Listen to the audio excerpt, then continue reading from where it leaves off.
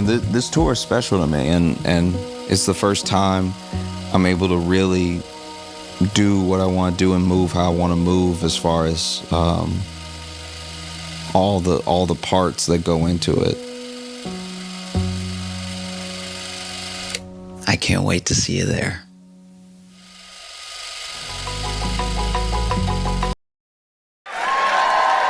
You ready for your headliner? You've seen him on The Daily Show all over YouTube. Put your hands together for Josh Johnson!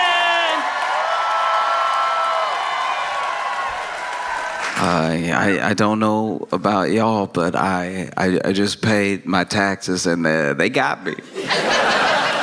Oh, they got me good. Oh, they got me real good. I was wondering if they would get me. And then they were like, no, we didn't forget about you. We think you're special. We would never forget. And I know they charged me extra. They got me charged me extra because they know I won't survive jail. So they're like, he gonna pay it. Just write a number. He'll make it happen. It's been great traveling this week. I've been able to go to Milwaukee, Madison, now Minneapolis and everything. When I was in Madison, there was something sort of curious that was happening. You know, I like being in Minneapolis because y'all smile an appropriate amount. You smile when something good is happening. You know what I mean? When I was in Madison, there were so many errant smiles. There were people just looking forward like, huh. I've never been in a city. I told them this too. I told them this to their face. I was like, y'all all walk like you walk into the light. Like, this is crazy. I try to be a jolly person, but this is insane.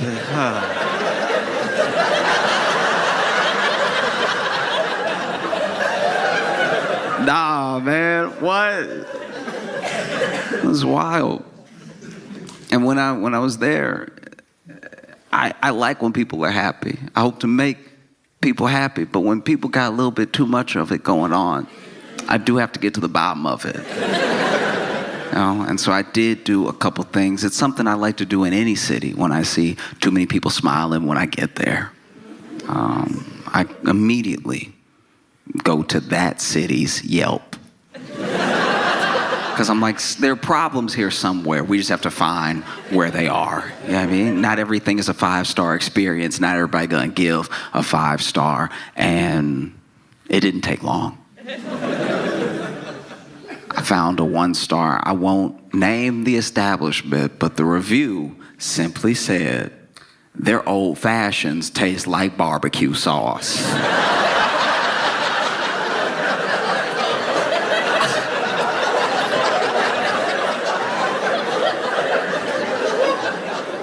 Let's be clear about something. You have to have such a fundamental understanding of how old fashions and barbecue sauce taste to take a sip of alcohol and go,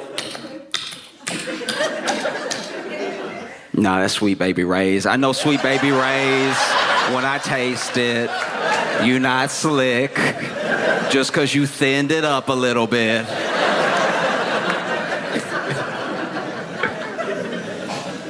Oh, it's tough too, because when you're dealing with some of this happiness in different places, you wonder, did y'all get taxed? Do you know what I mean? They must have skipped over y'all if y'all so happy all the time. And I think sometimes taxes feel extra difficult because when you pay them, you feel like you're paying them for everything that happens next, not to pay for the life you were living up until that point. Does that make sense? It's like when you pay rent. You're paying rent to keep living there.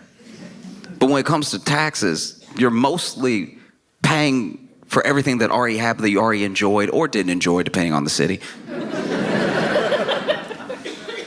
And I think that if you got something back with your taxes, let's say you pay your taxes, they give you that tax return and everything. You can read all the numbers, why they say you owe what you owe or why you got back what you got back. And then they list next to that what they paid for with it. That might make people feel a little better. you know, because we don't know where our tax dollars go exactly. So then something happens and you feel like you're paying for that and you're like, this isn't what I paid for. And somebody should tell you, oh no, this isn't on you. That's not, that wasn't your money. You know what I mean? Like paying taxes as part of a country feels like when the bill comes and you got to split it, but you only got wings.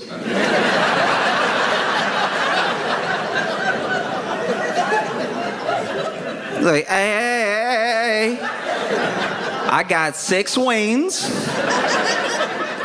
All right, there are 6 sets of bones in my basket.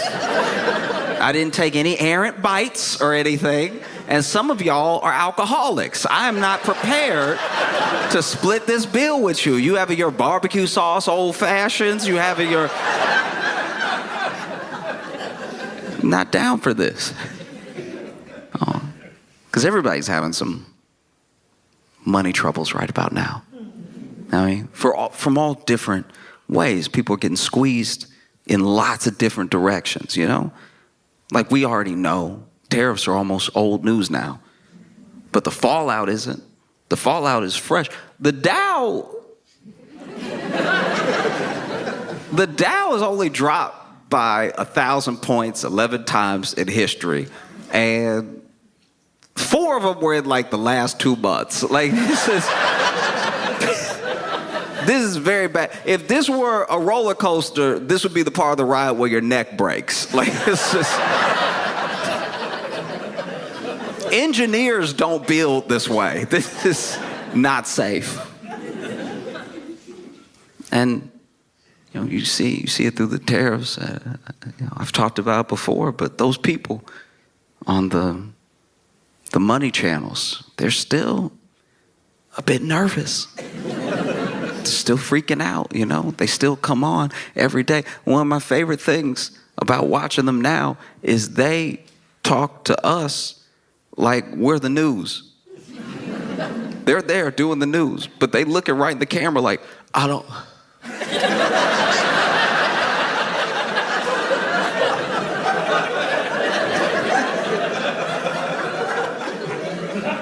What y'all think?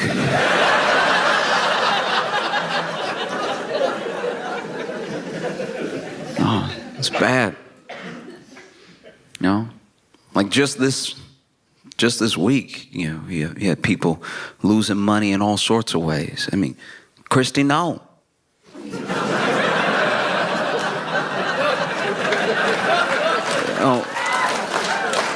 Christy Nome was at a restaurant, got her bag stolen, right? And I don't know.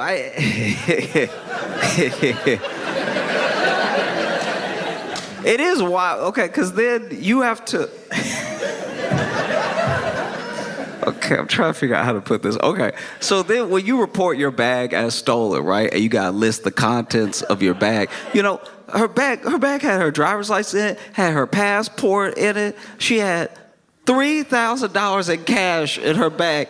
$3,000 in American dollars. $3,000 in cash. What you doing, Christy? That's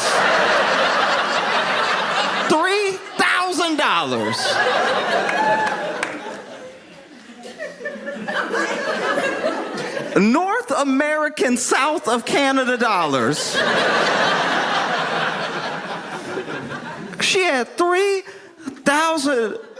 That would make sense if this was like the 90s. You know, it's the 90s. You got it like that. You got 3,000 on you. You know, okay, you might see a food truck, want to treat the town.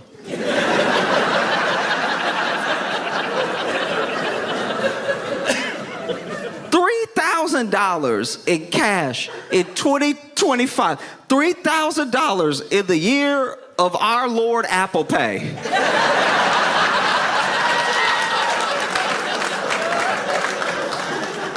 If I had been the cop that she reported to, that the business, and she told me, Listen in the back. Oh, my DHS badge, my passport, my driver's license. So much stuff was in there. I had a couple of Jolly Ranchers. And, oh, yeah, $3,000 in cash. I'd be like, oh,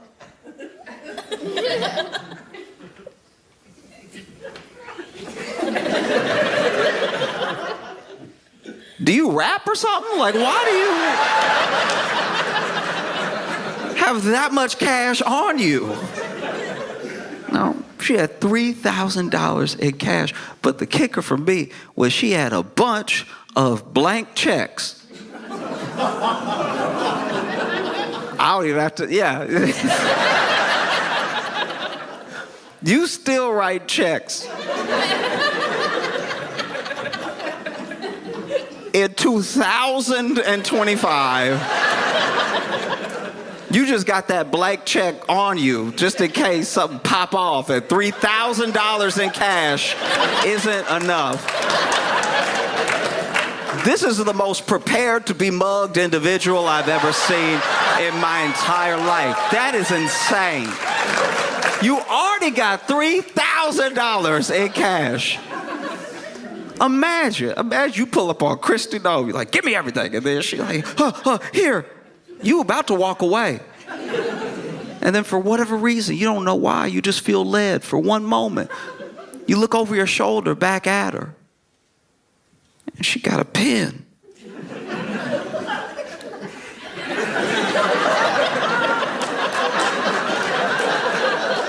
You said give you everything, you know.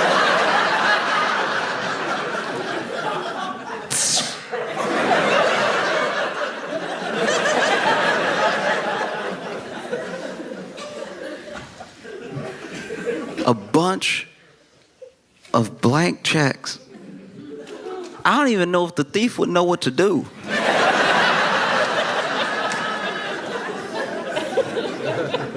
Like, there used to be whole departments dedicated to check fraud.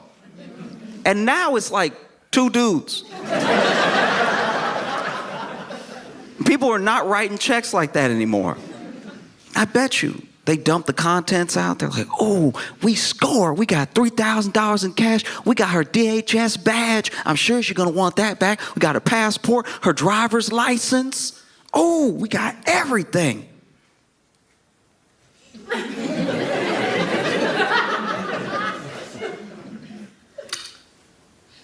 Why she got a bunch of little papers with her name on it? Some people so conceited.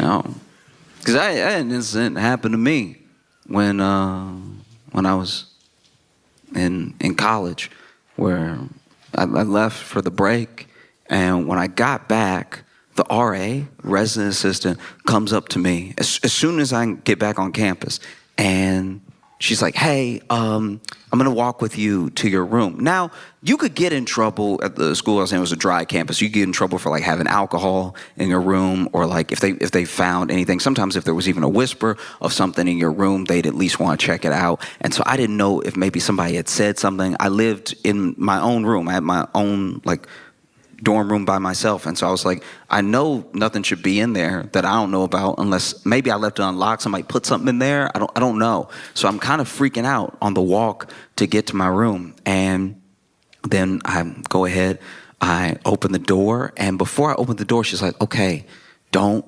freak out. And I was like, that's not how you start. It's the least helpful way. She's like, don't freak out. While people were gone on campus, there were a series of break-ins, and your room was one of the ones that was broken into. Right? Now, this isn't like me being like poor me, but everything I had is everything I had. Right? So I like the stuff that I left there, I have one of everything. Right? And same for the stuff at home. And so I'm opening the door thinking like, oh my gosh. Like, I don't have money to replace things that might be missing or broken, you know?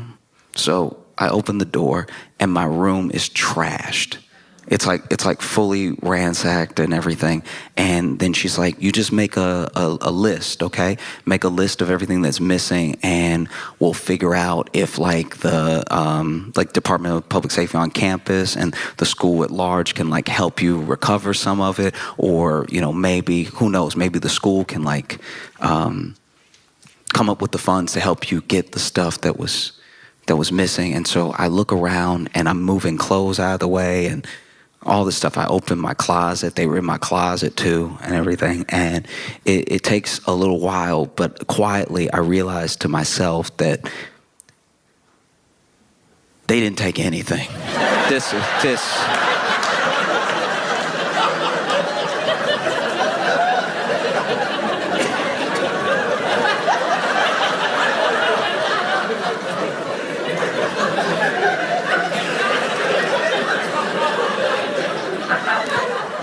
How embarrassing it is to get your place broken into, and a thief is like, I'm good.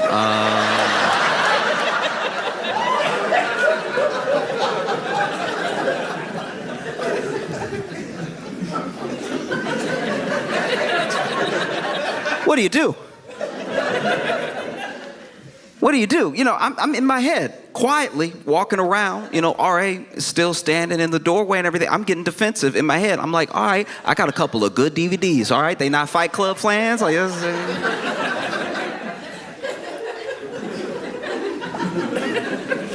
I got a PS1. I know the PS3 is out, but I had a 1.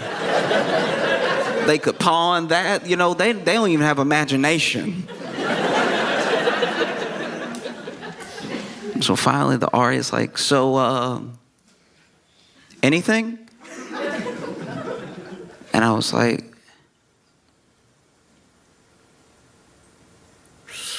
yeah, they took my Gucci watch.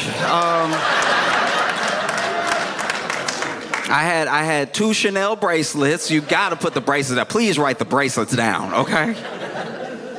And I had about $3,000 in cash.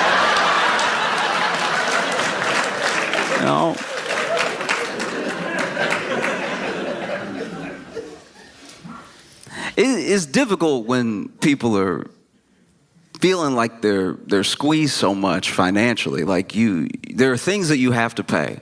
The thing, I guess, that gets me sometimes when it comes to paying tax, I feel like some of the reluctance around it is that it feels like you work all year and then you get taxed for this money that's going to be spent on a bunch of things that you didn't agree to. It less like you worked all year and it's to pay for the things that we already enjoyed. Does that make sense? Like the framing of it, I think, is why people have such a problem. Like if you just sent back the tax return and then listed the stuff. I mean, we might be like, oh, I didn't know that I kept the bridge open. That's good. That's pretty good. I use that bridge every day. I'm glad it's not in shambles. That's fantastic news. You have to pay your taxes, not just because the government is telling you to. It's not the government being some big bad meanie or something. It's you live here. And you use the road, so maybe chip in so that it doesn't fall all the way apart, And like that's not to say, really quick, that's not to say that I just pay my taxes blindly and love it and never question where it's going, because it is your money as well, so you deserve to have some say in where it goes. That's why we elect people to Congress.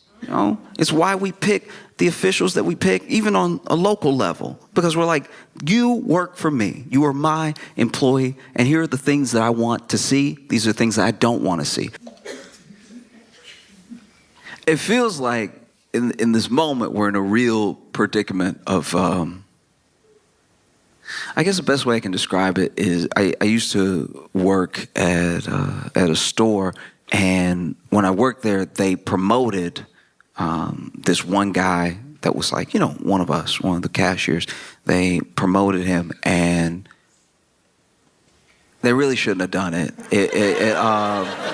They clearly weren't paying attention. Like, I was barely a good employee, and he was worse than me by far. And they promoted him. I was like, that blows my mind. And I wasn't jealous. It wasn't like I wanted a promotion. I felt like my duties to my level of commitment were right on par. Like, I was like, let me stack the grapes. Let me stock the shelves. Don't ask me to do more, and I promise not to do less, okay? You know? Yep. But he was actively bad, and they promoted him. And a good example was he wanted to go to business school, and one of the assistant managers said, "Oh, I used to, go to business school. Like, I graduated from business school. I tell you what, I will give you all my old business school books. I don't know how much of it will transfer, how much it will actually help you, but it can get you started before you actually start school. You might be able to learn some of the basic concepts. It'll help you," right? And that was a very nice thing to do. He didn't need to do that. I respected that very, very much. He saw somebody with a dream. He wanted to help them along, And so he gave him these books. And I'm not even kidding. The next day, this dude comes to work and accidentally knocks over about a pallet's worth of wine because he was walking while reading the book. The book, I'm not even kidding, was called How to Understand Business. And this is who you promoted. We're in the business of selling groceries. We buy groceries from places, we hold them until people want to buy them from us, and then we sell them to them. We're in the business of buying and selling groceries. He will stand in direct conflict with our ability to buy and sell groceries. And you've promoted him. We're in a similar predicament now.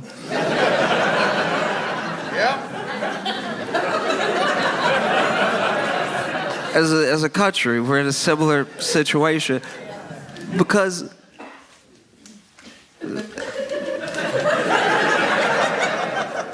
Pete Hegseth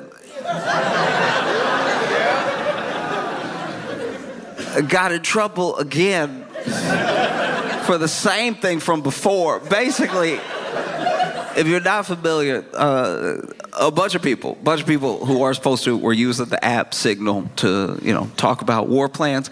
And, quick gist, they accidentally invited a journalist, and then the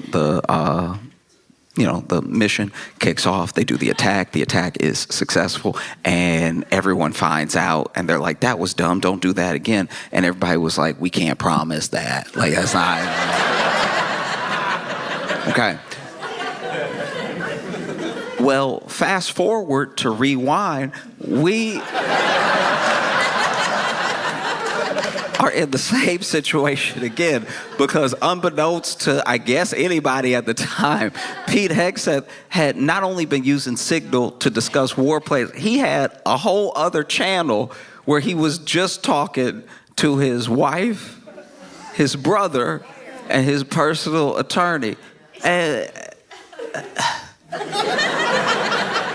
you couldn't. This is what genuinely bothers me. Like this is what actually upsets me about the whole thing. Some people are upset. They're like, "I can't believe they were discussing such sensitive information that should have been, they can say it's not top secret, they can say it's not classified, but it's at least something that we should hold tight until the mission happens." And he's just discussing it plainly on this app that could be hacked. And it's like those things.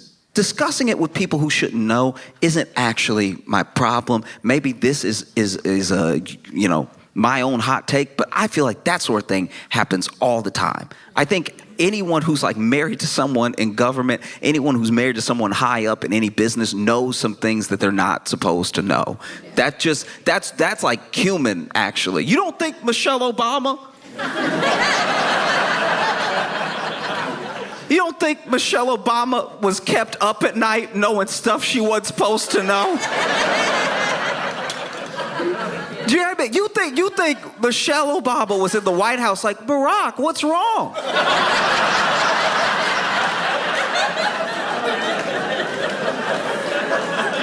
And then Barack was like, "It's classified." No. think that happened. You know, I'm sure Michelle was in the White House minding her own business, you know, eating a veggie plate. Barack halfway kicks open the door. I've had it up to here with them. Okay? They want to kill everybody. They want to blow the world up. Now you sitting there, you Michelle, you like, oh, I don't even want my carrots anymore.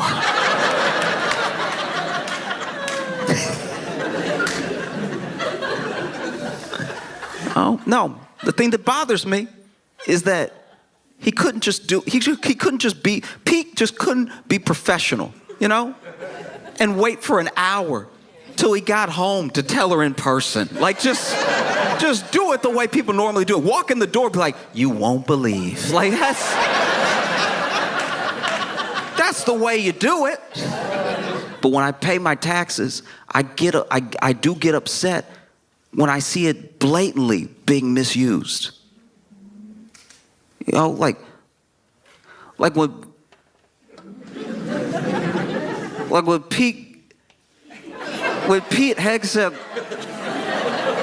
is supposedly building a $40,000 studio in the Pentagon to do his makeup before he goes on TV. I'm like, that, if even $1 of that is mine, I'm very upset. Like, I'm not saying I'm the whole 40, but like, that's so insane.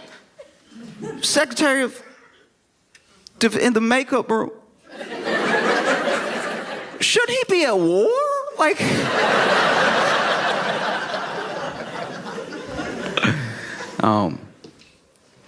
every once in a while, you come into contact with somebody that you know from.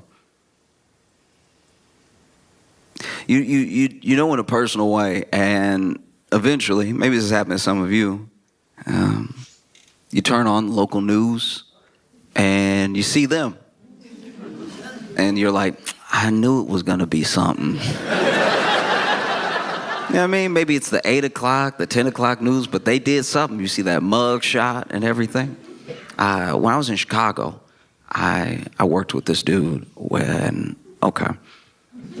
at our job, in the break room, we had a light sensor for the light switch. So you could just press it, lights come on, or, if nobody was in there or if you didn't move for long enough, lights go off, right? And one day, I'm walking into the break room, take my break, lights are off, I walk in, lights come on, and he's sitting there, already in the break room, eating barbecue. And let me go out on a limb right now and say that if you eat barbecue in the dark, you are a murderer, okay? You're already guilty in my mind. If you are that comfortable with bones in the dark, there's no telling what else you're capable of. If you are that comfortable slipping and sliding on your teeth and tongue, barbecue is messy enough in the light. You should have seen his face when the lights came on.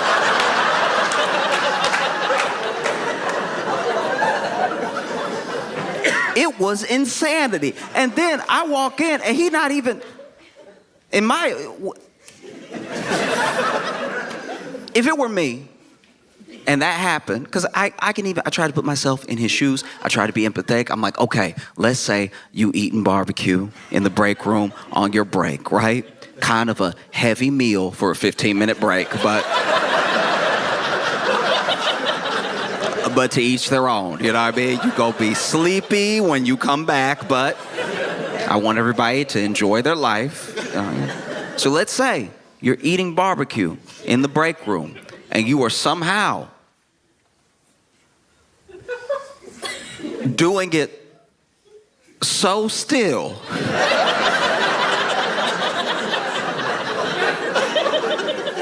I'm not saying he should be hitting the rib like corn on the cob. You know what I mean? I'm not like I'm not saying he should be digging into it with his face. Like,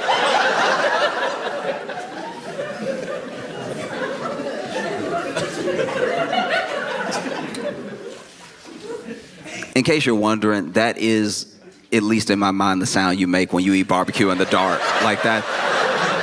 If you eat barbecue in the dark, you don't eat it like the rest of us. The rest of us chew like civilized people, but if you in the dark eating barbecue, you are wilding out. You're doing whole other sounds and effects that the rest of us don't do, you know?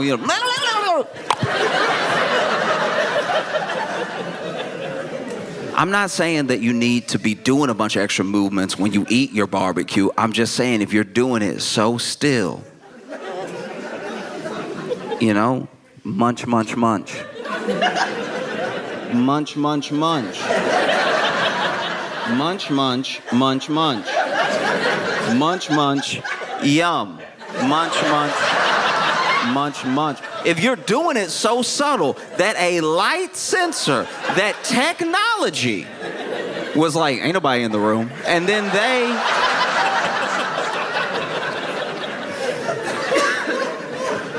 decide to shut the lights off on you, and you still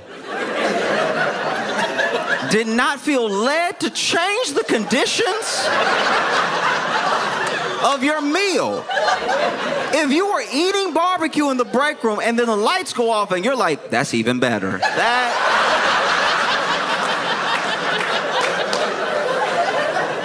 That tells me you're not right in the head. Something is going on with your mind or your spirit. Something is evil in you.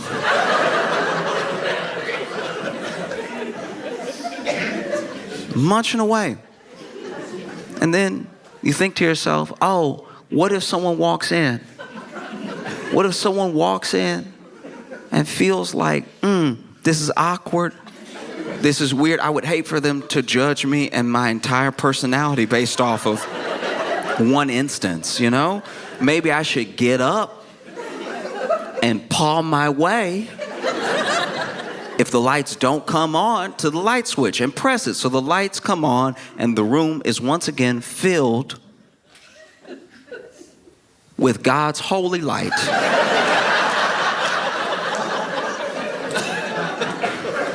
I even tried to extend that olive branch and be like, you know what? He probably didn't want to get barbecue sauce on the switch. You know what I mean?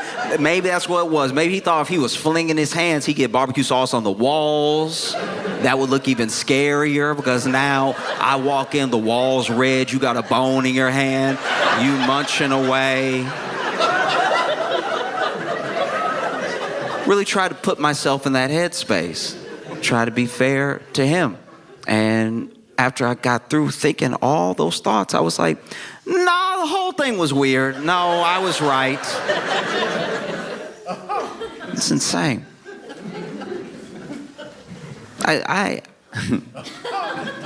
Okay. Side note. I left that job, right? And one day I was catching up with a different coworker. I was telling them what happened, right? I was like, hey, I was super weird. Like I get in there and, you know, he'd been in the dark, so he wasn't fazed. It wasn't like something just happened and I walked in right after or whatever. And they were like, oh, you know what? I didn't want to tell anybody. But the same thing happened to me. Which means on a different day, this man was eating barbecue so gentle that he lost the light again. And this dude, okay, so look, so my coworker told me, they were like, no, okay, so when I walked in, that light, I think, was genuinely broken because I walked in and it was still dark. Like it didn't just come on because I swung the door open, right? So we at least know now he didn't turn the lights off on himself. Because I did worry about that. I did worry that man took his break, went to the break room with his barbecue, knew what he was about to do, knew how unchristian he was about to behave. set the barbecue down on the table and was like, nobody needs to know. But yeah, so apparently there was a problem with the light in the break room, and they were like, yeah, but when I walked in, he was eating the barbecue, and I'm pretty sure he was choking.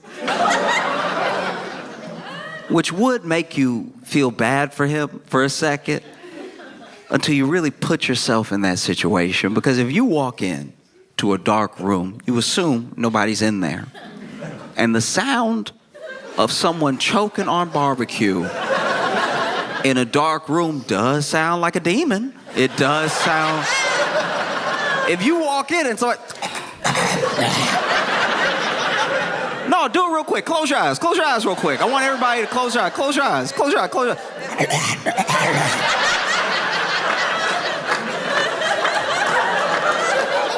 Piece of brisket getting caught in the back of your throat, and now you sound like Beelzebub.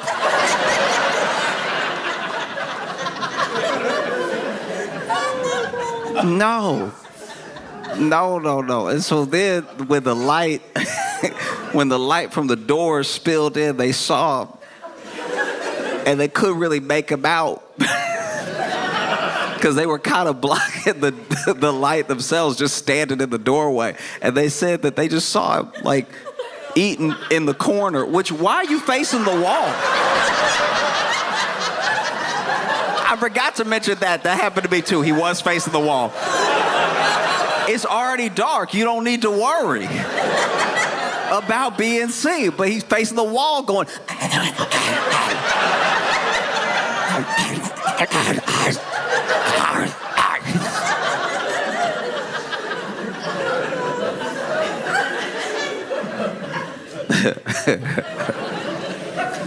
I was like, what did you do? What did you do when that happened? And they were like,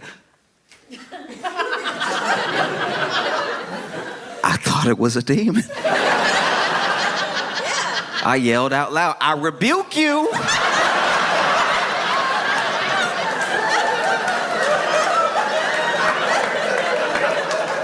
And then I closed the door.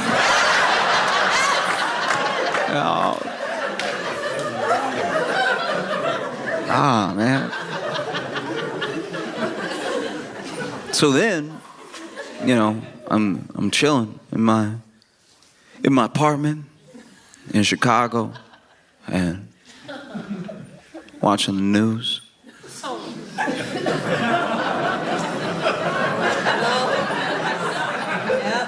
And I see a mugshot with a familiar face who had been arrested for trying to rob a barbecue restaurant.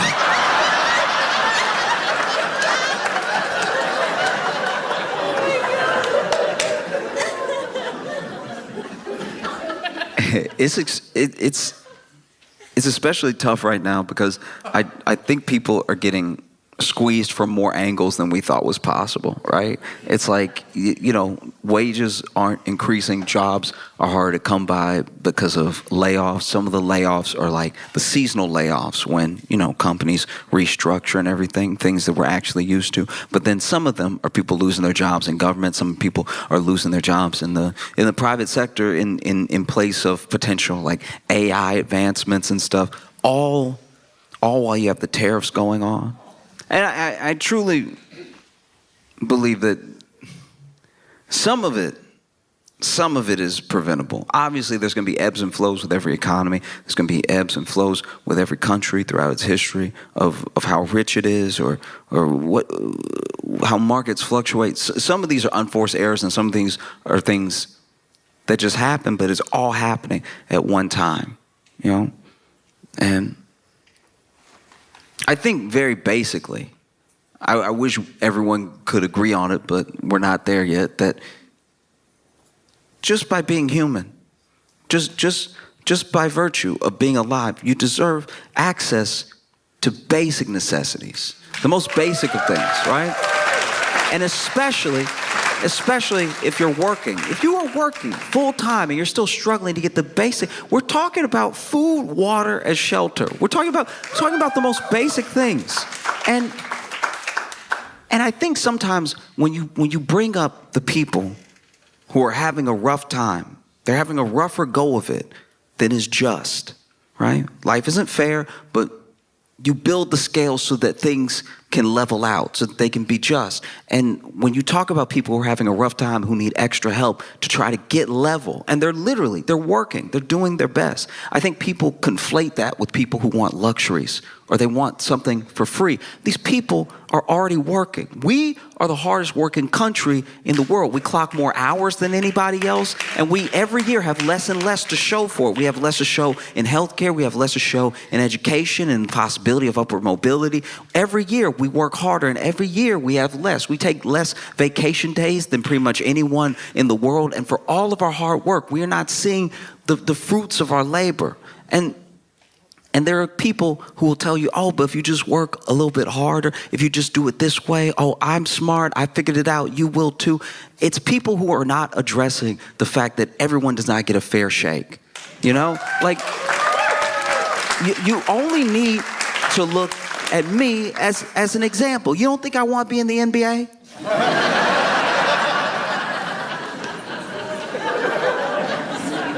I did everything that I was supposed to do. I ate my greens. All right, I shot the ball. I did the running. I did everything. But trust me, if I show up to an open tryout and shoot my shot for whatever team will have me, they will be calling security. All right. And finances work in a similar way. I'm not coming down on anybody who came up well, went to a good school, and then through that good school, you made a connection which got you your job, which affords you your lifestyle. I'm not saying you don't work hard. I'm saying everyone doesn't have that same opportunity, you know? And I think that at the very basis, right? At the very basis of food, water, and shelter, people get it in their head that even shelter means, oh, a lavish house or something. Lavish. I'm not talking about lavish things. I'm talking about enough to get by. Everyone is fighting to get by. When you talk to people who don't have about what they want, they just want to be level. You know, they're not asking for expensive, lavish things like outdoor furniture. Patio furniture is ridiculously expensive. It doesn't make sense. It doesn't make sense. It's literally outside. You don't even want it in your home. It's almost trash. I don't care how comfortable it is. You literally let it get rained on. You know, you buy it from a store and then you bring it inside for a second just to take it out to the backyard and leave it there. And it's too expensive. It's crazy. In fact, when the outdoor furniture is inside, that's when you know it's bad. When I was living with some friends in college, their lawn chairs were the chairs. And I was like, we in a bad situation. We're not doing well.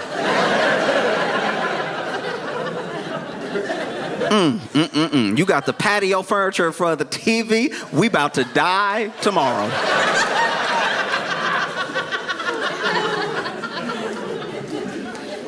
Whew. Yeah. You know? It's bad. It's bad. And it shouldn't be this bad, you know? You work, you pay your taxes, things should come back to benefit you, and it's still that there's a narrative that's going on that's got all of us really going after and arguing with each other as if there's limited resources, as if there's limited money, as if there's limited opportunity, and we know there's not. We know that there's actually plenty to go around, even with the hundreds of millions of us that are in this country. There's plenty to go around because we know how much billionaires have, because they make it known how much they have, you know? Like you see how much land they own, and you're like, that is a lot of people could live there. That's crazy. Or you know that CEO that said he wanted to own all the water. It's like, that's something you keep to yourself. What a sociopathic thing to say. Oh, I want all the water. You can't even drink it. What's wrong with you?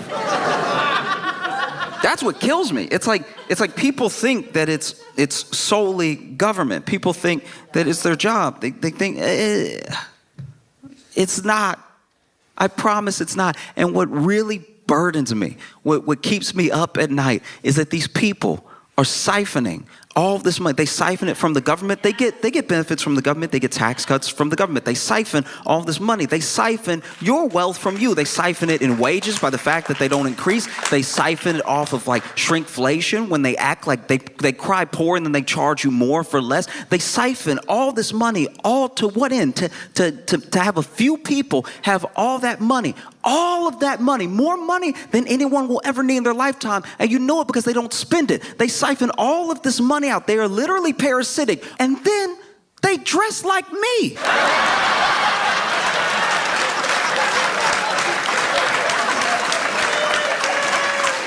That's so crazy. You have all the money in the world and you look like me.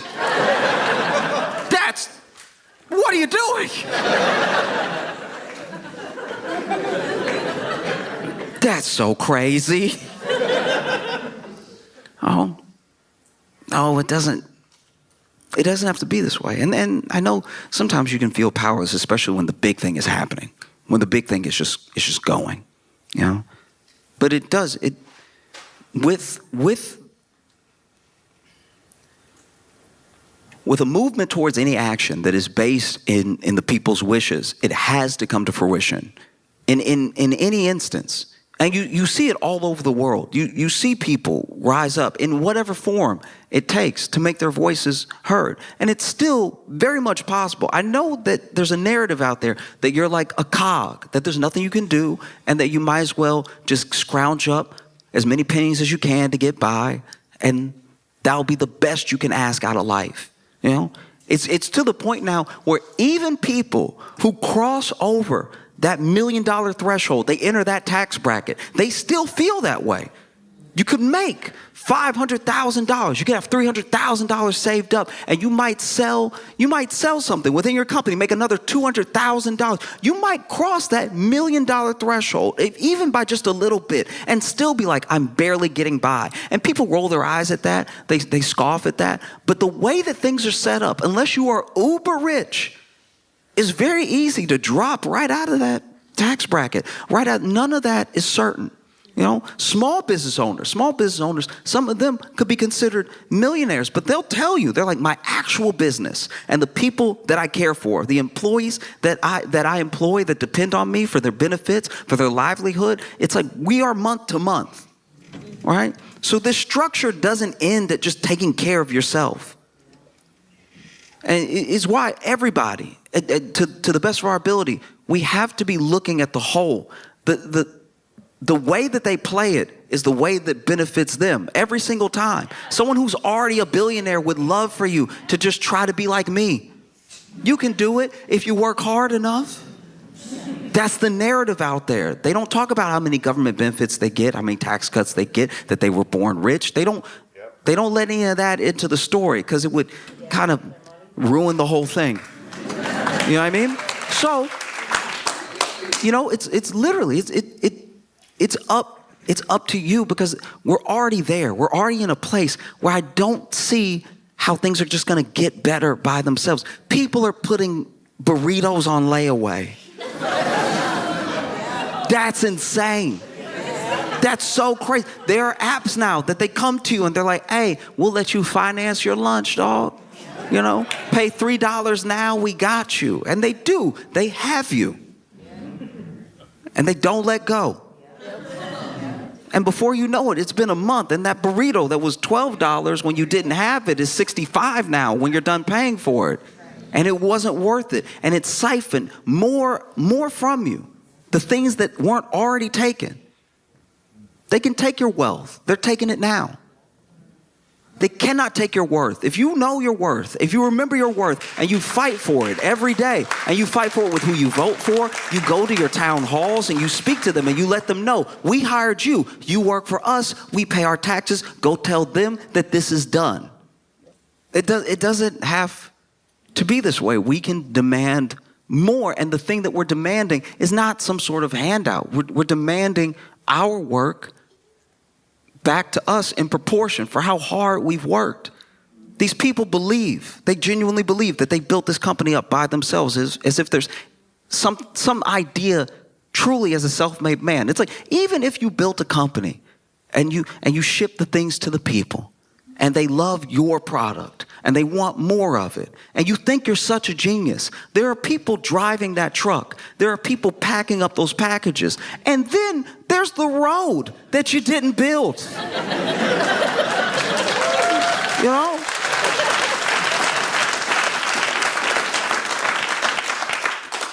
In what world should it be like this? That's crazy. And then the narrative gets put back on us that we deserve these pennies, that we deserve such a small share of the thing that we helped build. Look around. Really look around when you walk around your city. Really look around when you travel. Wherever you go in America, no matter who you are, we built this. We built this together. We built it. And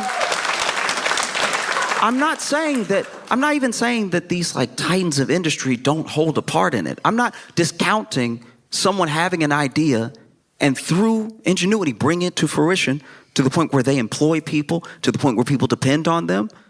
But there are responsibilities that come with that sort of thing. You know, I wanted to start a candy company, and I was like, nah, I'm actually going to be a terrible boss. I'd be a terrible boss. You know, I'd be in there in the candy factory eating all the chocolate, making myself sick. And then when people come to the factory to look at our chocolate, they'd be like, the boss is in the bathroom throwing up again because he's a child that can't stop himself. And that's why I didn't start a business, because I was like, you know, there are other people that are better at it. It's tough. You know, you shouldn't be put in a position where you got to put barbecue that you eat in the dark on layaway. Like that's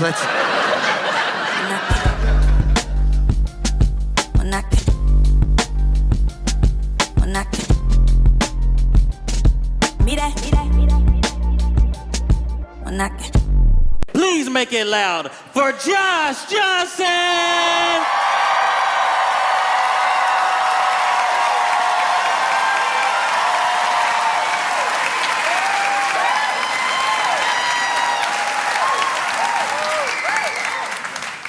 I don't know if y'all saw where Walmart had to issue a recall in several states because their Great Value, which is the name of the brand that Walmart makes, their Great Value shrimp was found to have radioactive isotopes in it.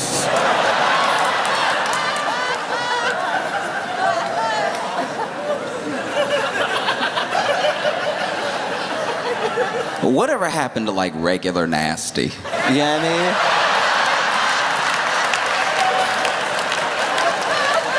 You know what I mean? You ever had a chip before and been like, this chip a little stale? When we were growing up, the chips would be stale. The date will have expired. They didn't rotate the inventory. And so now you weren't looking either, so then you bought it, you brought it home, you dipped it into the sauce, the knockoff sauce. And then you went to take a bite, and then the bite was not bitten. The chip was so strong, you just scraped back sauce straight into your mouth. Because the chip was powerful, the chip petrified, because it's been stale. And you're like, maybe that was a fluke, you know? All these chips in the bag, different ages, shapes, and sizes. So let me try another chip. And then, because you don't want to chip a tooth, you decide to break this one with your fingers. And you can't, because the entire bag is stale. Remember stale?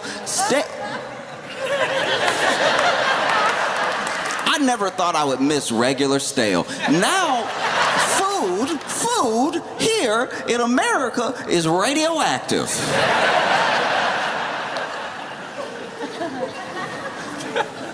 I'm not gonna act like I know why it's radioactive. I don't know why it's radioactive. But it's radioactive because they say it's radioactive. I'm not gonna blame it on the shrimp. What were we doing near the shrimp that was radioactive? We act like radioactivity is like easy to come by. It's not.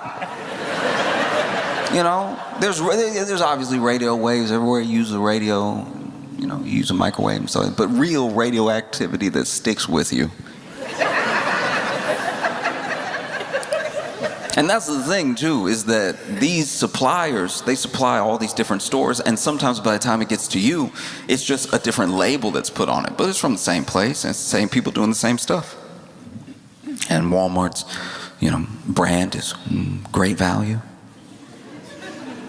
And I'm not gonna lie to you, this may make me sound pretty bougie, but I don't really like the, store's brand. I don't know, I just don't believe them. Do you know what I mean? It's like, no, I don't think you do this well.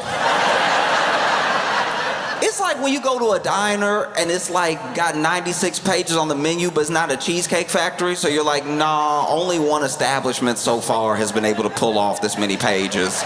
There's no way y'all have that much in the back. It's not possible. I drove around to park. I know that the kitchen can't be that big. How you gonna have lobster and quesadillas and you got burgers and fries, but you also have tres leches, but then you also have pad thai? Like, at a certain point, y'all just making stuff up back there. Like,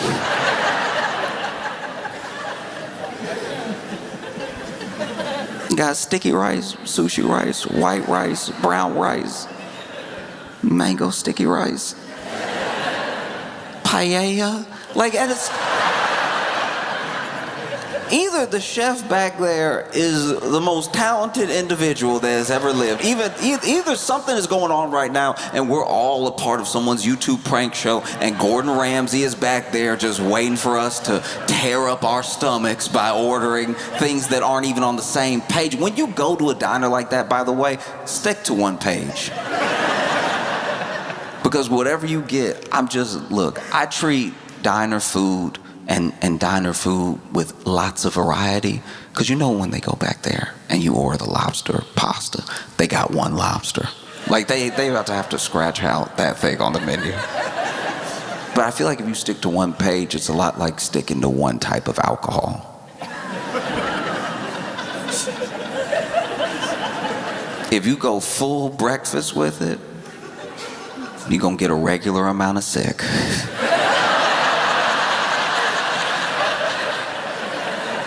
Hear me out, because all across America, you got these diners that got 87 pages to them, and then you're like, oh, it's too many choices, what do I do? One thing. You find one lane and you drive down it. Do you understand me? I don't want to see you go French toast and pad see ew.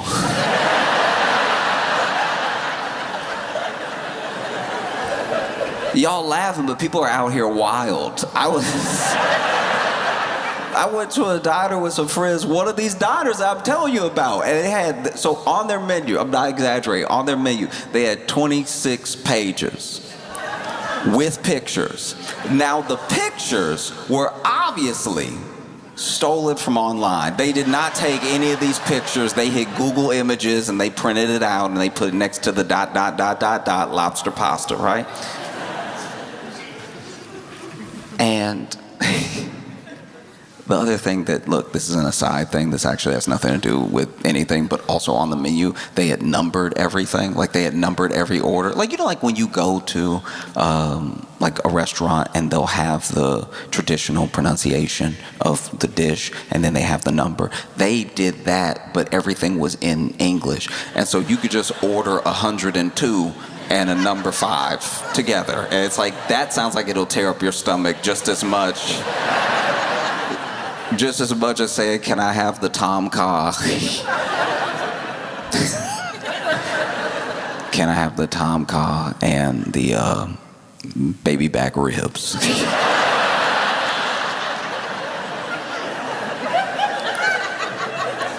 But my friend was over here like, oh, it's too many choices. You can do so much. You could do barbecue. You could do Chinese. You could do, this is amazing. And I was like, no, it's the only thing open. Don't, this.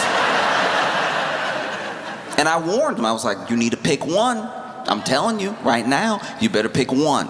Okay? One page, go right down that page, because I bet you they do that page very well. I bet you if you pick a lane in this diner right now and you're like, hey, the whole table, we're just gonna do Mexican food. We're gonna get some tacos, quesadillas. You already got the meat back there, just chop it up to it. You know? I think it'll be fine. But if you start hitting them with the around the world special, which is what one of the pages was called, I think they're gonna give you the food. I think you're gonna enjoy it. I also think you're gonna get an otherworldly type of sick. But no, he knew better. He didn't listen to me. This man got baby back ribs, spaghetti and meatballs, spaghetti and meatballs, and a matzo ball soup.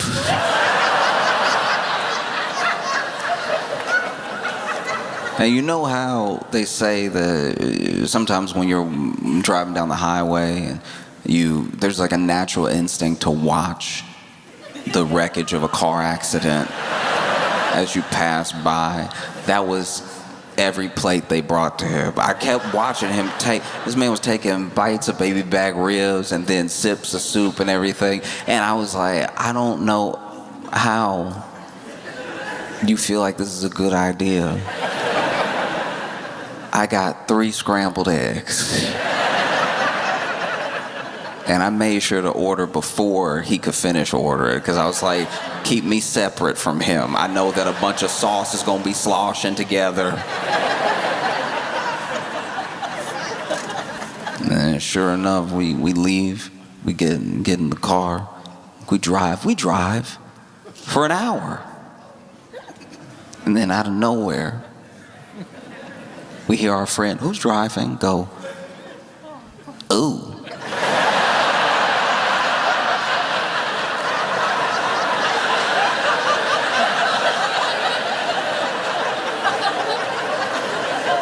This is why I got so mad, because I knew we had 4 more hours of driving to do, and I knew for a fact that his bad decisions would affect me. I didn't know when, I didn't know exactly how, but I knew this would happen. So he goes, ooh. And it was low, it was quiet, it was to himself, but it did cut through the music.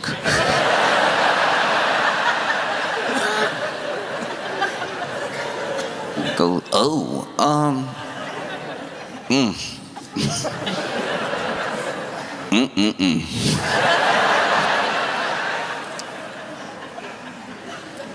And so then, look, I try not to be that friend. I try not to be the I told you so person, but I go, what?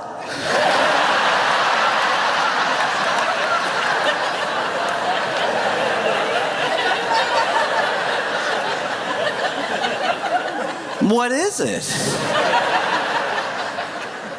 And he's like, oof,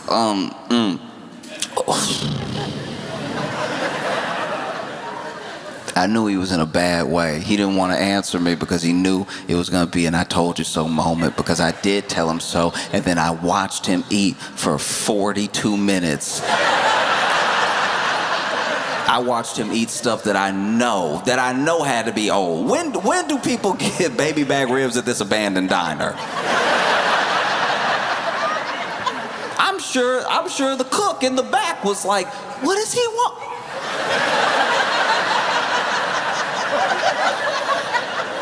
Ask him, is he sure? Ask him, is he sure? You're not gonna put somebody's death on me. I'm not gonna catch a body.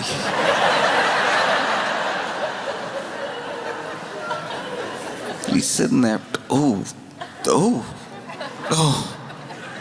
And I'm like, what? And he doesn't want to answer me. But I knew he was hot. I knew this is how bad off he was.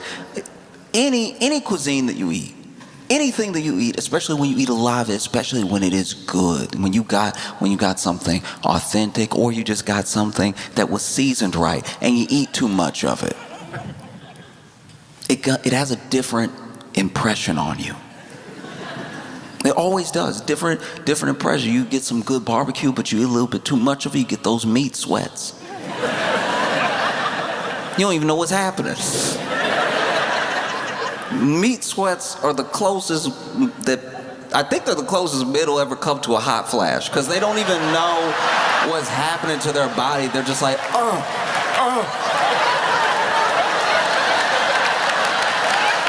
You ever be so hot that you blinking extra? Cause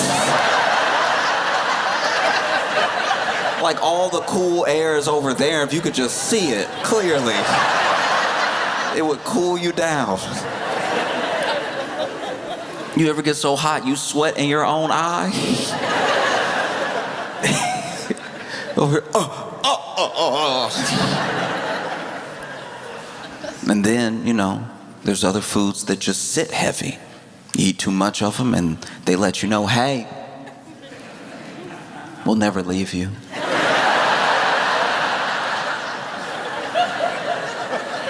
And then there's some foods that, because of the cuisine, there's a little bit extra spice in it, makes your throat a little hot, makes you burp, and just gives you a little heartburn if you overdo it. He had all three. This man was sitting there with a hot rock in his stomach. You know those stoves they put on people when they do the massage or they warm it up? He had 3 of those in his stomach, just holding it. Ooh, and I could tell this man started breathing heavy and everything. And when he brought the window down, I knew he was in trouble. I turned to our friends in the back. I was like, hey, somebody else gonna need a drive soon. Over here sweating hard, blinking hard.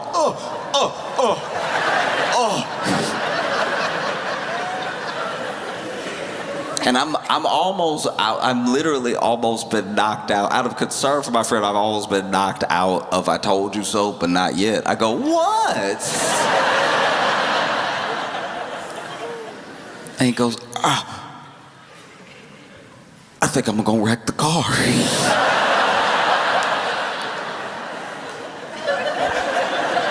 What an insane jump. He doesn't go, I need to stop, let me pull over, I don't feel so good. This man ate off so many menus, he's like, I'm gonna kill all of y'all.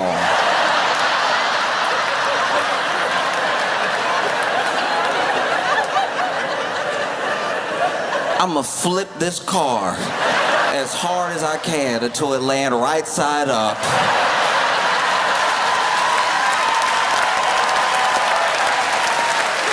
And everybody in it dead. And then this man did something that to this day I have not forgiven him for.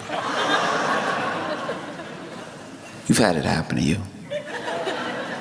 We've all, every one of us, fallen prey to an act that, while human, needs to be corrected beyond measure. If violence were to break out after this action, I don't know if I could hold the party responsible. Because this man who just said he's about to wreck the car leaned his head out the window, tried to get some cool air on his face. And when he leaned out the window, he thought he was slick. He wasn't sick. When he leaned out the window, he went. Just from the hip placement, you know what's happening. Just from this right here. Just that little pivot. Like a dog. Like a dog near a tree. This man leans over. You know what's terrifying? You know what shook me to my core? I heard nothing.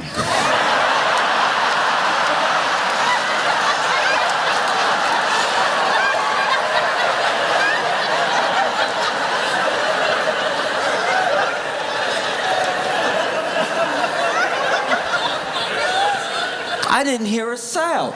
The next, genuinely, when I didn't hear anything, I thought I couldn't hear. Literally, the way that this man cocked his hip, and then I heard nothing. Imagine if you saw a nuclear explosion, but then there was no boom after you. Like, I guess I'm already gone then? I must have died so fast I didn't notice. This must be how they make ghosts.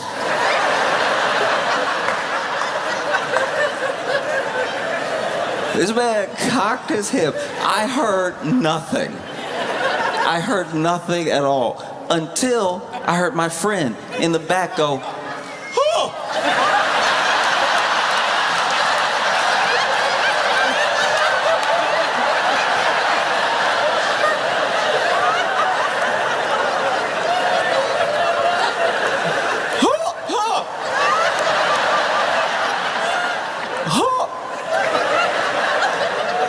Look, I'm not gonna act like I know how,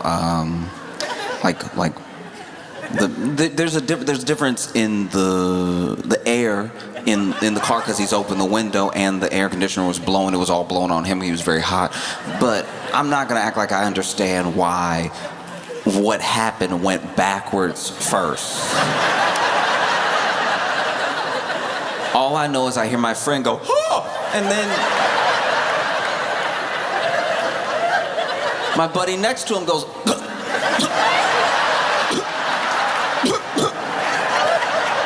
like when you begin to choke. You know, like, right before somebody need that Heimlich, before they're like,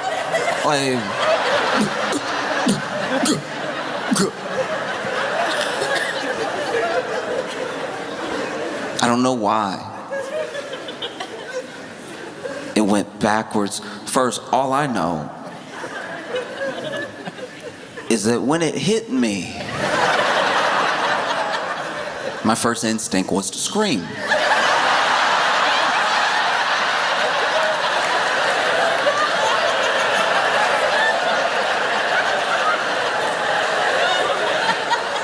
But I held back. I held back because screaming would open my mouth.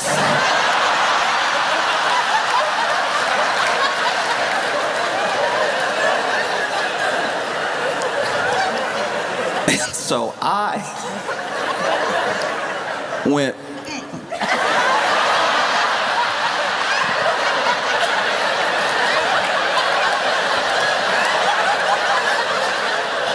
like a silent movie at a 1920s sanitarium, all right?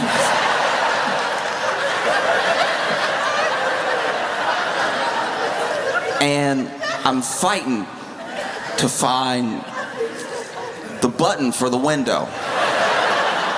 I can't find it because not only am I trying to lean away, I have closed my eyes because they started to burn. And so I'm palming the door and I'm like,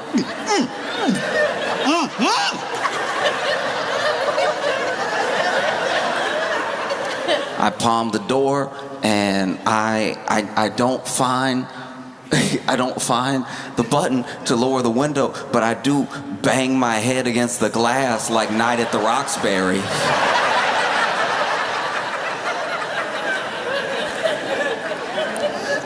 And finally I feel something, and out of desperation, I just flick it, and that opens the door.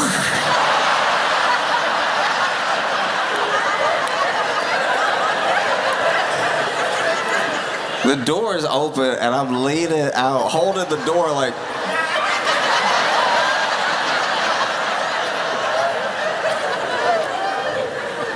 And I feel like, look, I'm wearing my seatbelt. You gotta wear your seatbelt, but I do feel like I've already fallen out of the car because the sound of my friend screaming is getting fainter. It started out, oh, and now is, oh.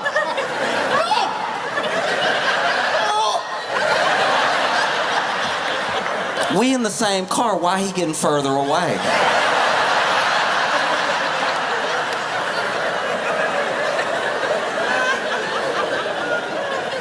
And then our friend driving both saved and ruined my life because he pulled me back. I slammed the door, and now we're all just inside.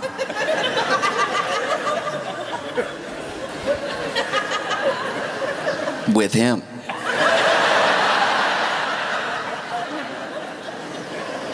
And I gotta be honest with you, genuinely, from the bottom of my heart, when he pulled me back in, I wished he had just flipped the car. I wish he had just wrecked the whole thing.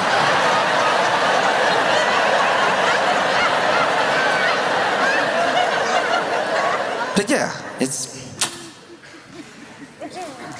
just, you already do your best when it comes to food. You already eat what you think is healthy, you already try. And so when you got these programs that make sure that the food is good and you end up with great value radioactive shrimp.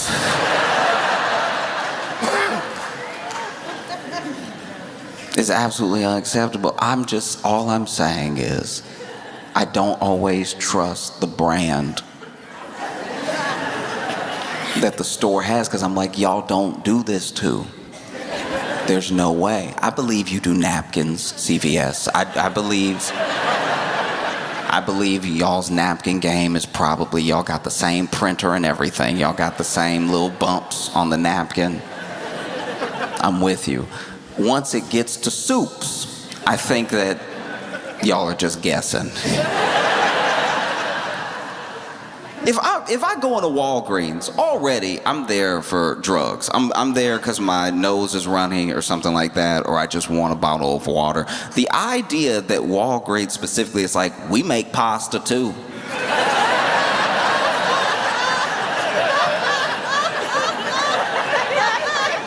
Do you though? Like, it's just... That's always been unsettling, that like a place that's not, like this is just me, maybe I'm being bougie, but I want my sauce to come from a place that's like, we make sauce. That's like our whole thing. As Ragu, we love making sauce. We don't like anything solid around. So then when you go to a store and you see next to the Ragu is either your local store or this chain being like, we make sauce too, and it's just like that sauce. It's like, I know that it's cheaper, and I know I'm gonna buy it because it's cheaper, but I'm gonna think about how it's not Ragu while I'm eating it. I used to work at a store that, This was an insane experience, but I worked at a store where we didn't know we knew what we sold as a base, but then there would be deals that would come in, and I don't know who was doing these deals out in the world, but then we get a whole shipment of stuff we had to try to sell until it was gone, hopefully.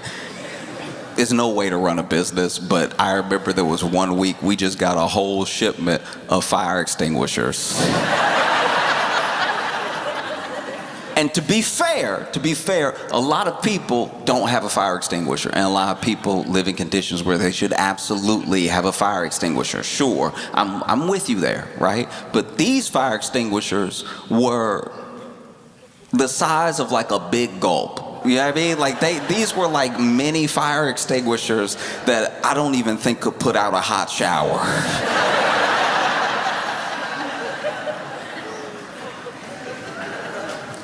We also had to sell, this one time, we just got toilet seats. And it occurred to me at one point, I was like, who shops here? Sometimes I'd see customers in there and I'm like, you just know you need stuff and then you hope stuff is out there. The idea that we got a shipment of toilet seats all for nothing, and then someone came in and was like, that's just what I did. It's like that, it does make you believe in the law of attraction, I suppose, but doesn't seem like a great business model. one of the wildest things we sold at that store was was condoms, but they were like store-brand condoms. Do you know how much you're taking your lives into your hands? We've established condoms. You don't need a great value condom. A great value condom is how you end up with another great value customer.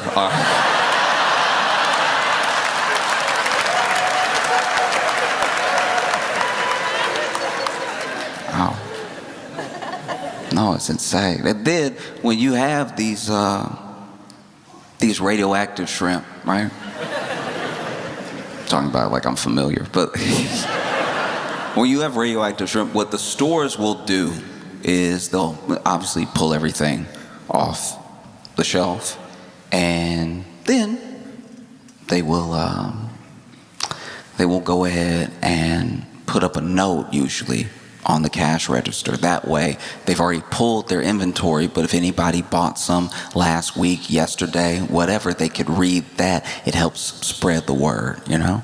And then one precaution that a lot of places take is they will print out the SKU, which is like that universal number for the product, a picture of the product, and then a little paragraph explanation of what happened. And then sometimes, depending on the store, they will put that at the cashier's register so that people can read it while they're checking out. So that way, if they already bought the shrimp and took it home, they'll know to throw it away. Because the paragraph will say something to the effect of like, if you bought our product, you know, whatever, radioactive shrimp, and you have it at home right now, please throw it away, because we found that this product was not up to our quality standard. We apologize that it was ever on the shelf, and that it is radioactive.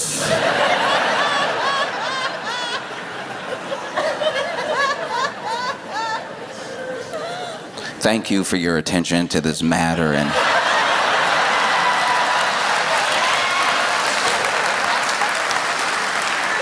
being a loyal customer. But that paragraph doesn't have the urgency that goes along with radioactive shrimp. Even the announcement, even the news didn't have the correct.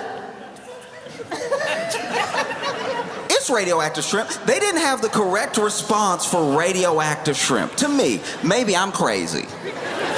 I need somebody to be walking up and down the aisle. The shrimp radioactive. Like, you need someone with some urgency.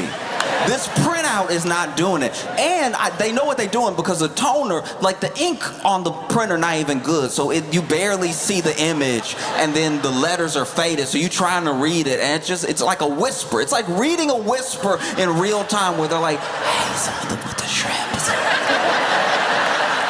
radioactive isotopes.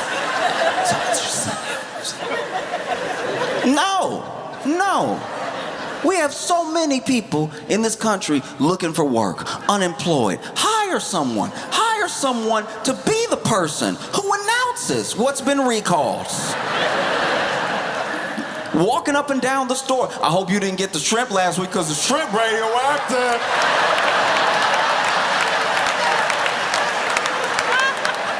You can hear that shrimp. That shrimp go.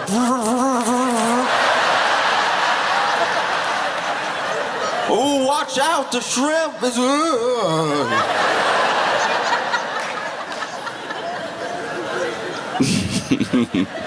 I had one. I ate one just to make sure, and one of my eyes turned blue.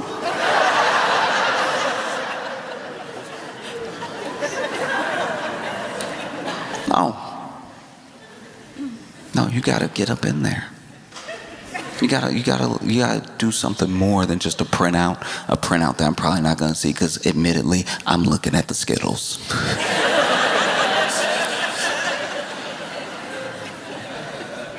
You need a person in there walking up and down the aisle. You might even ask for an item that's been recalled because you didn't hear the news.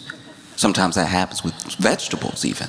Sometimes the spinach or the romaine will get recalled just because of what they've been exposed to. And you need a person to be walking up and down the produce aisle like, sorry, we don't have the spinach. It had that E. coli. It had, what's the E for? He had E. coli all over him, so we had to send him back.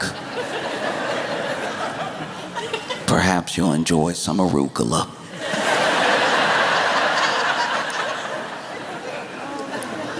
They don't just scream, they're also helpful. I don't like to think of myself as a bigot, but when it comes to milk, I am pretty intolerant. I have a problem with milk being in my things.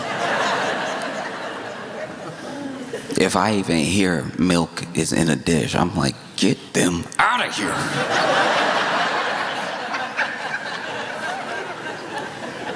Sometimes there'll be milk and stuff that milk isn't normally in, and that's when I sound bad. I'm like, they're not even supposed to be here. They as in the cultures in the milk.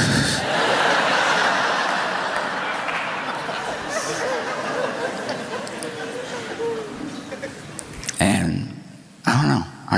I've been watching this thing happen.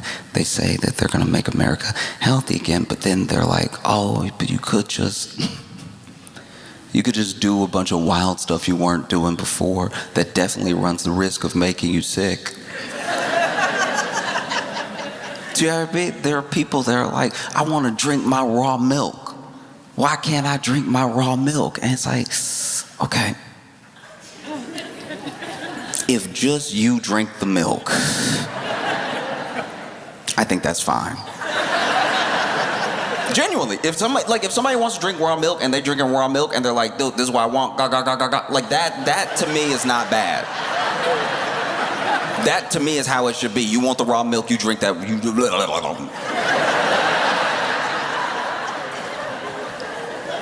It's when we like normalize the buying and selling of raw milk that we start to spread the power of raw milk to tear up your life. You think you lactose intolerant, get some of that raw milk in you. That raw milk will get in your stomach and be like, this is nice, yeah. Be like Van Halen in a hotel room, you know what I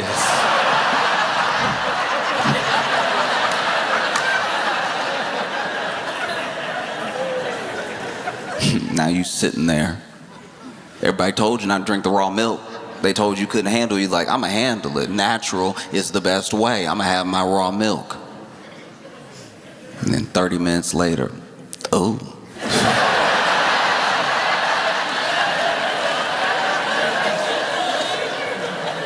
I'm sitting next to you. What?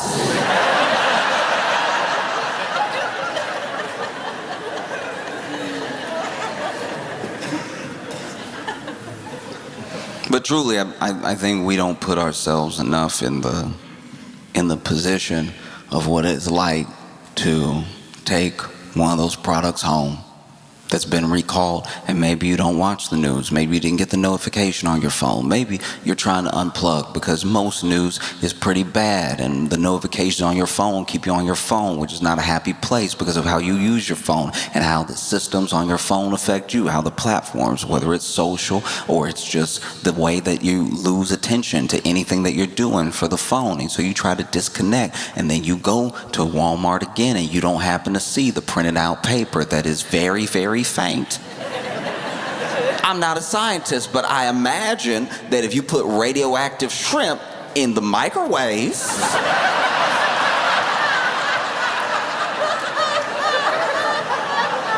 you about to turn your kitchen into a science experiment. You over there cooking the shrimp in the microwave, just looking at the door. Anytime, I don't know what it is about us, but and then maybe I'm the only one that's experienced this, but I've known 3 different microwaves to catch on fire. And in all 3 scenarios, the person who owned that microwave, who was making something, was looking through the door like,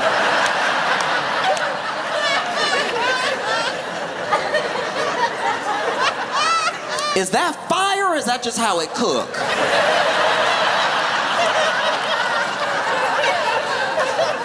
Yes, all three were dudes, yes. And so, in that case, all three dudes were like, I don't know, you know, when you pop popcorn, the bag get big, I don't know. Maybe this chicken sandwich supposed to be on fire. It's like, no, it's not. It's not. You put a Chick-fil-A sandwich still in the foil right into the microwave. And so, yes, your sandwich is on fire, but that's not part of the process. You should probably open the door, put that out. Use the tongs, don't use your hand. You know what I mean? And so now you microwaved your shrimp. You're staring at the door.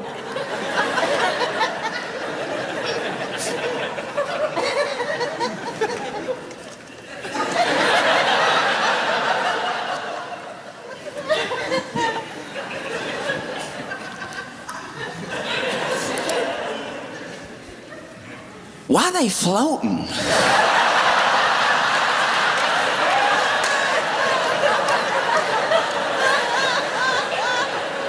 Look, I don't know anything about radioactive shrimp, but I imagine a radioactive shrimp at least has the possibility of waking up.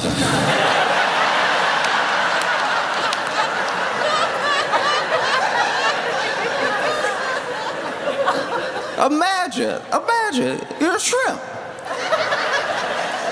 You go on about your business, minding your own business, and then you get caught by some people from above. And somewhere along the line in your life, while you were down there in the water, or after you've been caught, you came across some radioactive material, not a usual part of the process. And then you end up at a facility where they bag you up with your brethren. They put great value on the bag. They send it to a local Walmart, and then you lay there in the bag.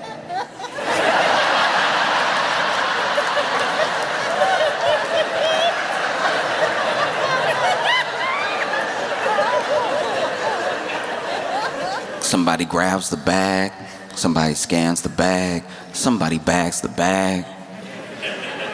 They take you home. They open the bag into a bowl. They wash you off real quick like that's gonna do something. Everything wrong with you is on the inside.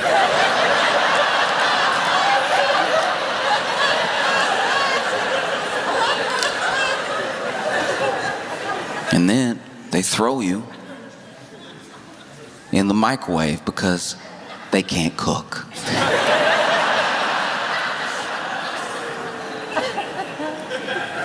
And you laying there.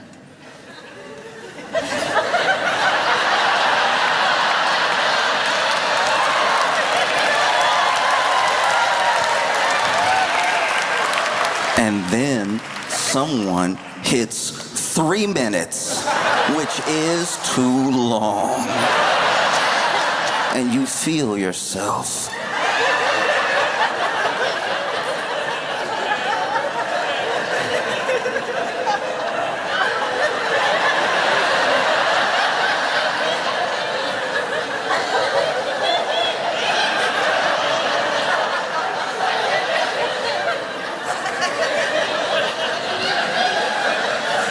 You open your eyes and you see a big old face. A big old face going.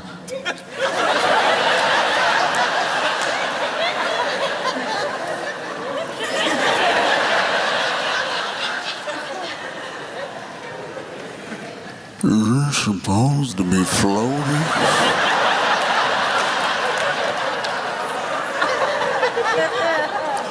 You can't really make it out. You don't speak English or a shrimp, but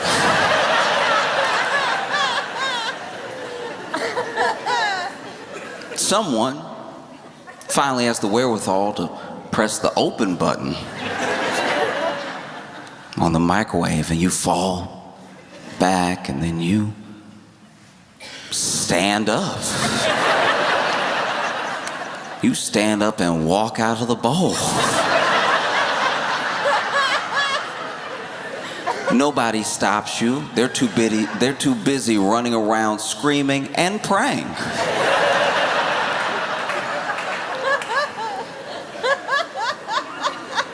But something's happening. Something you've never experienced before. You're just used to swimming and crawling. But now something's happening. You have an awareness of yourself. You don't know how, you don't know why, but then you start to, out of nowhere, have the word for it. What's the word for it? You've never had this before. What's the word for it? But you start to have these thoughts. You're out here really thinking. You're thinking about your entire life. What happened to you? That radioactive material you came across. And now, you decide, you know what? I'm gonna go out on my own. I'm gonna head for the door. And these great value customers are more than willing to let you leave.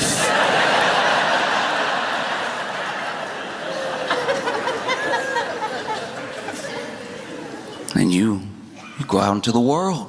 You start to see, hear everything.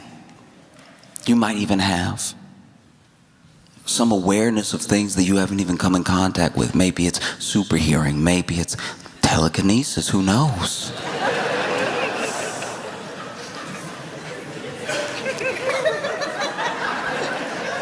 And you come across a newspaper.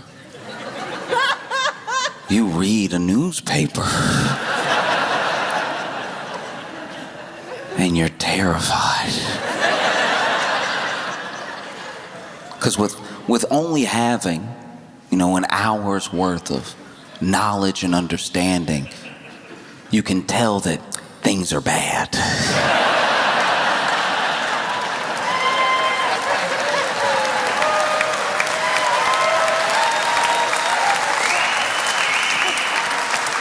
Things are not ideal in the world.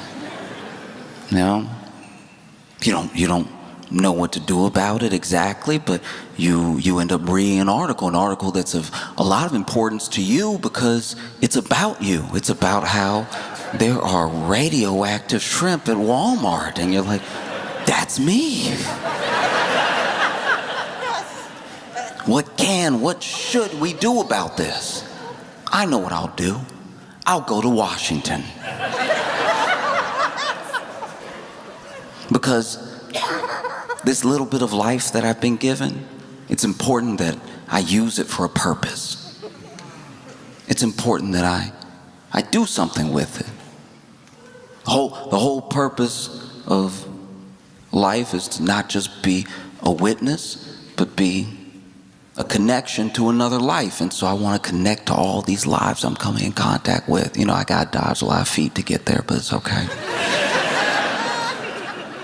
And so you go to Washington and you decide to go to what you potentially feel is the source of the problem. People have been loosening regulations. People have been lobbying the Food and Drug Administration. They've been gutting the EPA. They've been gutting every safeguard that the people have to be able to eat food that's not radioactive. And so, for whatever reason, you decide you're on the side of the people, and so you go to a house, one specific house, and you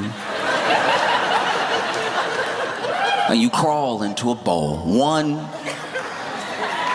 singular bowl, and you let yourself be eaten by the head of Health and Human Services.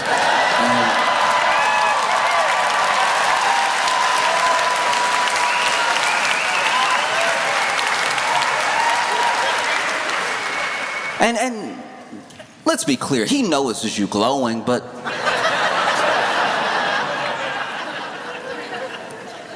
and it was a sacrifice that you made, and it's a sacrifice that was very gross. There was a lot of roadkill on the plate. Then you climbed onto a bed of rice in the bowl, and then, you get slurped down, and now you're down there. In RFK Jr.'s stomach. And you're surrounded by something. You don't know what it is, but after a while, because of all of this knowledge you've absorbed over your short lifetime, you realize, oh, raw milk. Ugh.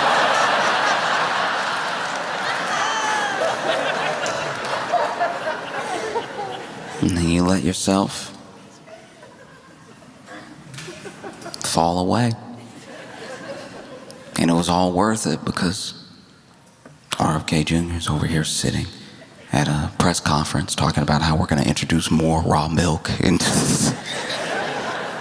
the U.S. or, going to make sure every kid eats roadkill for breakfast or something. I don't know. I don't know what the next initiative is, but while he's sitting there, RFK Jr. goes, whew.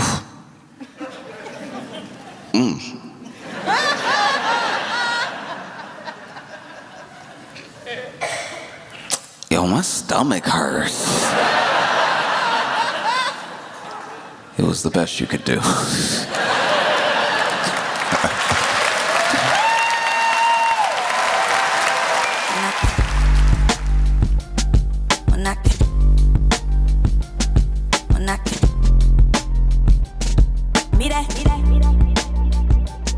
When I